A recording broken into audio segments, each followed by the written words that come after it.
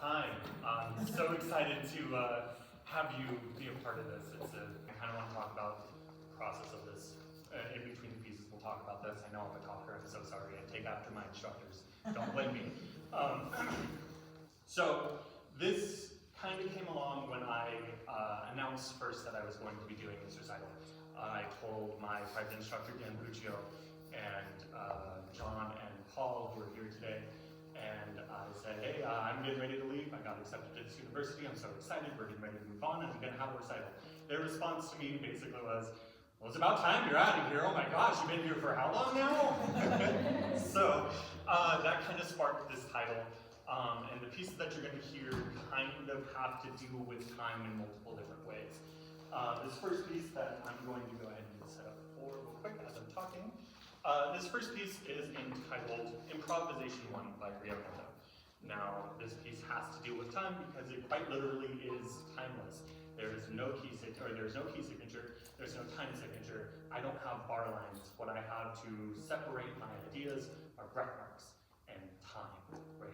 This is I'm given a duration of how long this piece is generally performed for, and yeah, so we take it from there. In your programs, you will see further notes about this, about the style that I'll be playing in.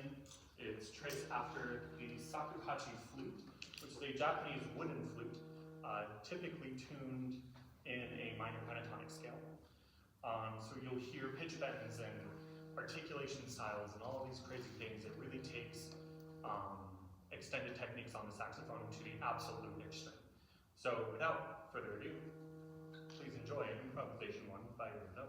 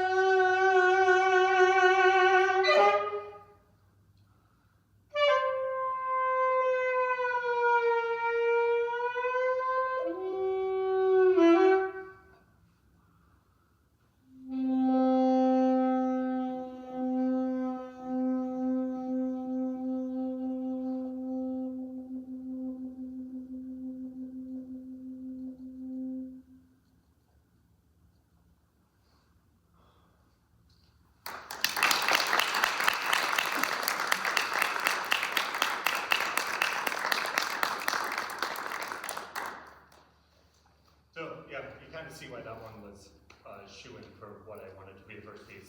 It plays with what you would consider time, right? For the second piece, I would like to invite up on the stage Moss Collins.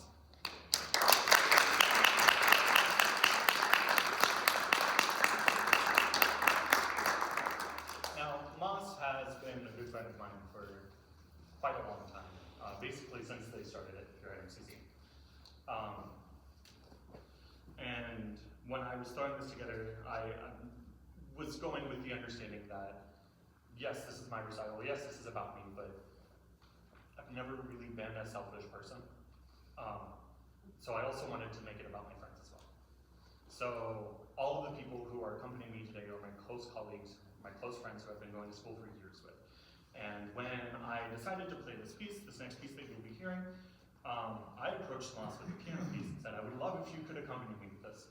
Do you think you can play this? Because I had no idea how good of a pianist they were until they looked at it and said, I could do that in my sleep. This next piece is entitled Aria for E-flat alto saxophone and piano by Eugene Boza. How this fits in with the theme that I have going here mainly has to do with my amount of time at MCC. This actually happens to be the first ever jury that I performed here. And when I performed it, I didn't know what I was doing. I didn't know how to do a jury. I didn't know what was going on. And I didn't know that we needed an accompanist until like 2 weeks before the jury date, which is a horrifying time for someone to try to find an accompanist. And I emailed someone, I emailed people, sent out text messages, sent out Facebook requests, and did a bunch of stuff. And I finally got a pianist.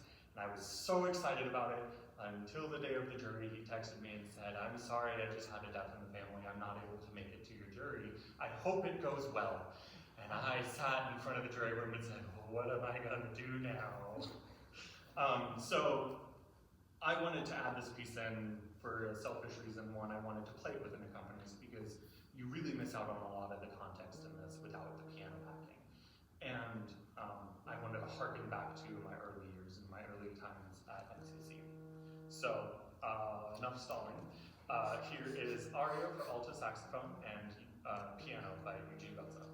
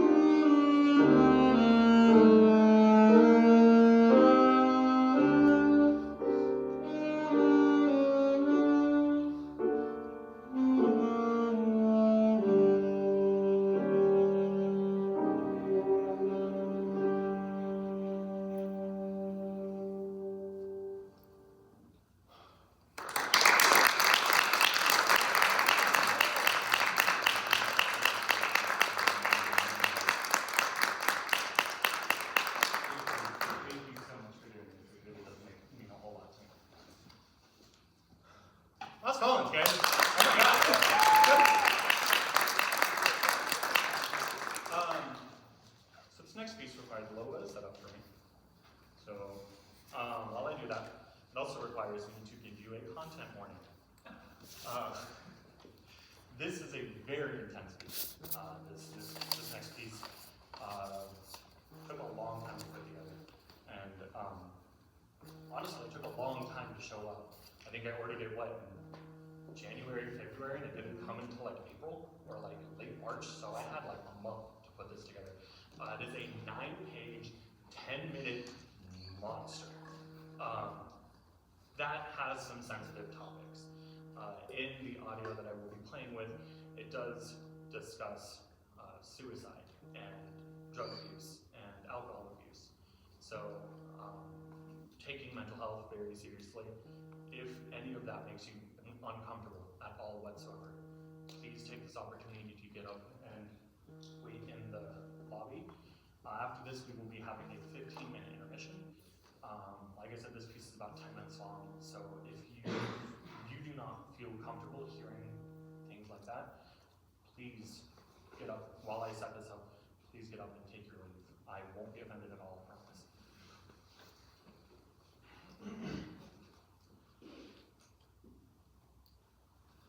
Like I said, this is 9 pages, so I have to set it across multiple stands.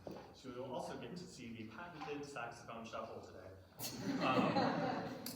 As I move from stand to stand, looking at these different pages that have a non-stop barrage of notes. John, if you would please come up so I can have someone hit press play for me on the audio. Sure.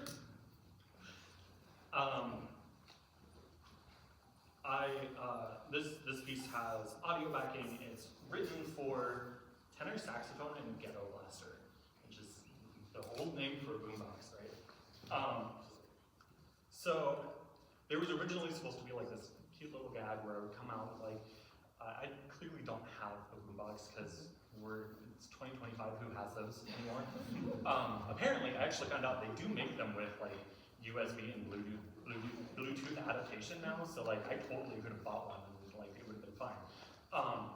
But there was supposed to be this little gag where I showed up with this little red speaker and this big cardboard boombox. I even had my friend Moss pull some cardboard boxes from work. It was going to be this cute little thing where I showed up, kind of bouncing around, set it on my little stand, and played.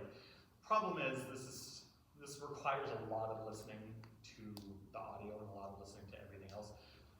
And I could not hear from the little speaker. It got to a point where I was playing so aggressively and so loud that I could not hear what was happening.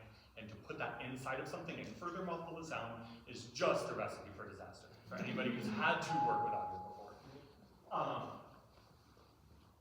So I spoke with the wonderful John Davenport and the lovely Jasper, and they allowed me to use the wonderful sound system that we have here in the back. So yeah, this is going to be a lot of fun, guys.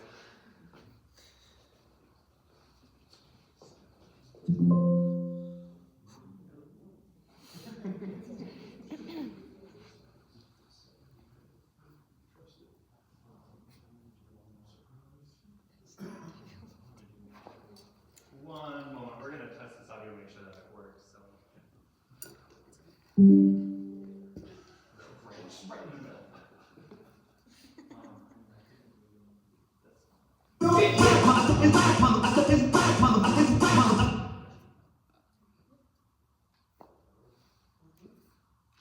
Once again, if you feel offended,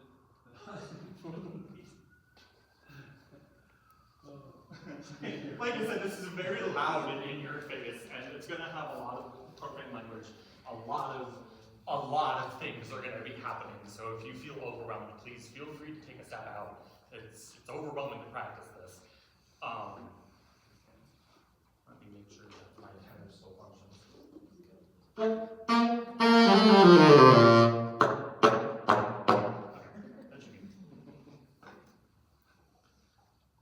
Alright, so without further ado, please enjoy Grab It by Jakob Tervelhas.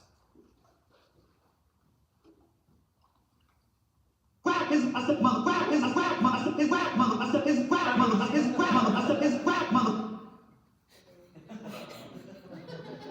started like 10 seconds in. What's it? Yes. Okay. Just hit, You got it now? it should be now. Enjoy, Rabbit by Young Trail House. I said, feel on the mouth, feel!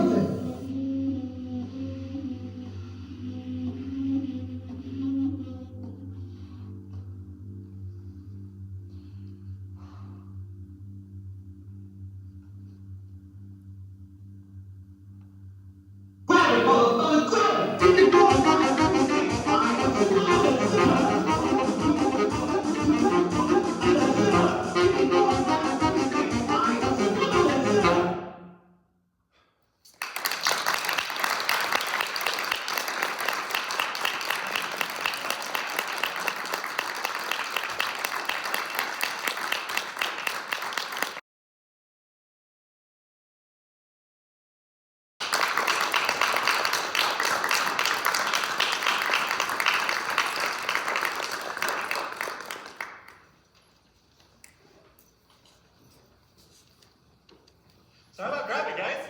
Yeah.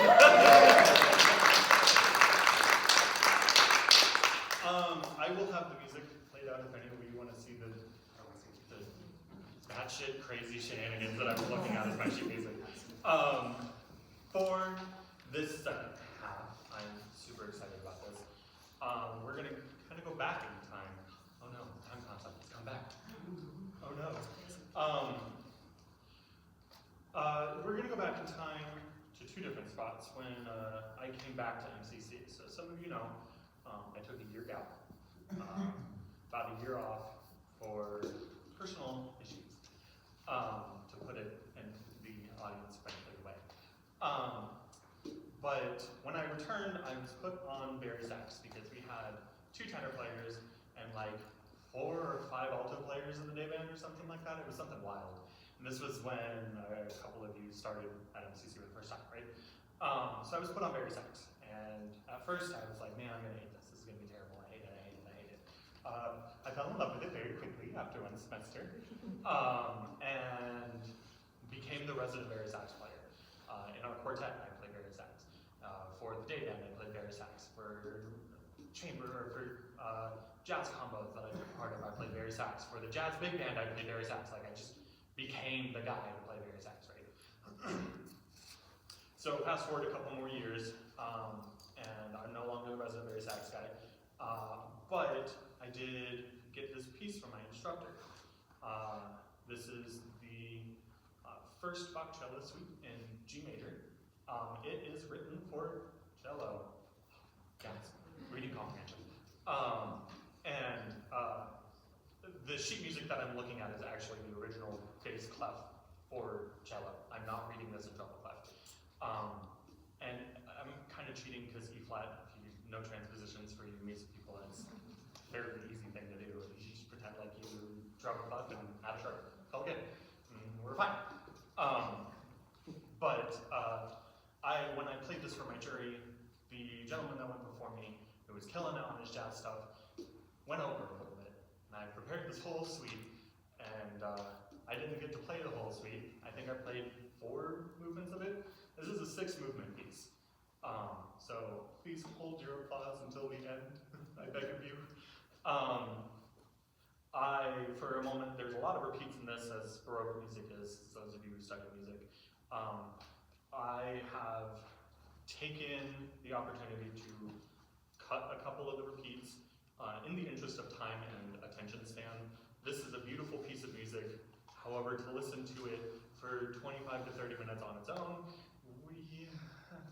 I would start going crazy if I had to play it for that long. And I know I don't want to like hold you hostage here or anything, but so without further stalling yet again, my bad habit, please enjoy the first Bach cello suite in G major.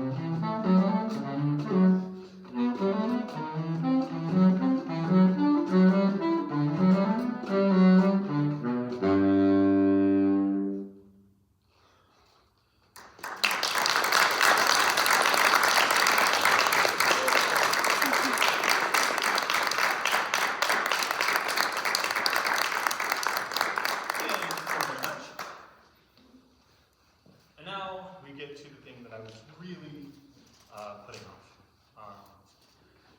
For this performance, I would like to invite my fellow quartet members, Rhiannon Tenner, Ethan Johnson, and Joseph Katz up to the stage, please.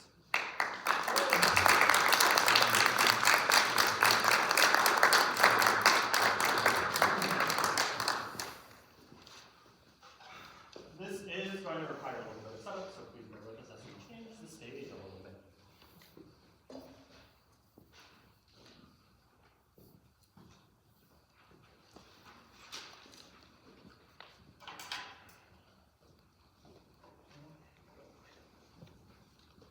Ooh, this is hot under these lights. This piece is really means a lot to us in multiple different ways. I think at this point we've kind of played the snot out of this piece. I've put them through the ringer for this like 4 times, including this one or something like that. It's wild. This piece we first performed when Dr. Robert Hunter was retiring and was leaving, and we dedicated that performance to him. Second, we played this the following semester, I think, when we did the Artist of Promise competition. At that competition, we scored an 87 out of 100, which didn't qualify us for the top 4 somehow. I'm guessing people got perfect scores, which is beyond me. The third time we played this most recently at our chamber concert, the most recent one, where we each chose a piece that meant something to us somehow, or a piece that we wanted to play with the quartet. And this is the final time that I will be playing this piece with them.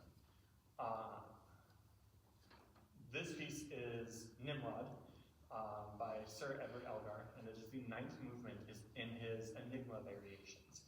This piece also holds a very special place in our heart because our very own Ethan Johnson arranged this. Typically, this piece is played by a big full orchestra with full strings, full brass, and everything, and it is the pinnacle of the whole piece, right? It's like a 12 or a 13 movement piece or something like that, and this is the highlight of the whole thing. He's taken all of that instrumentation, all of those different parts, and whittled it down into 4 instruments, which is beyond amazing. So for my final performance of the evening, for my final performance with the Puccio Saxophone Quartet, and my final performance here at MCC, please enjoy Nimrod by Sir Edward Elgar, arranged by Ethan Johnson.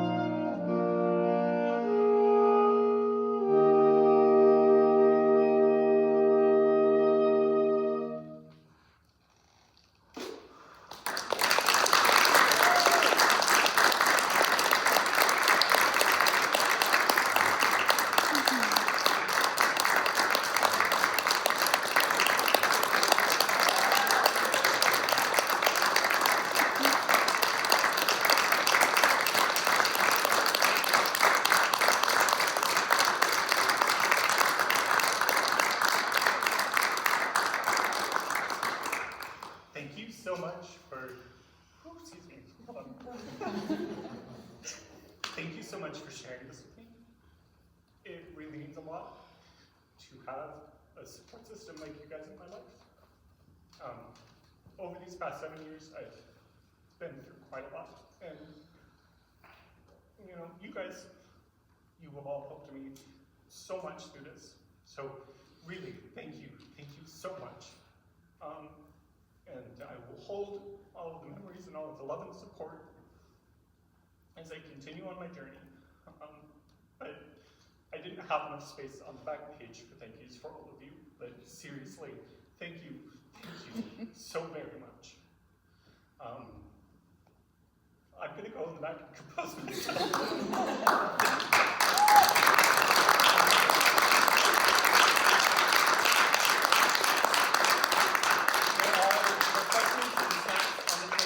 Please feel free to eat.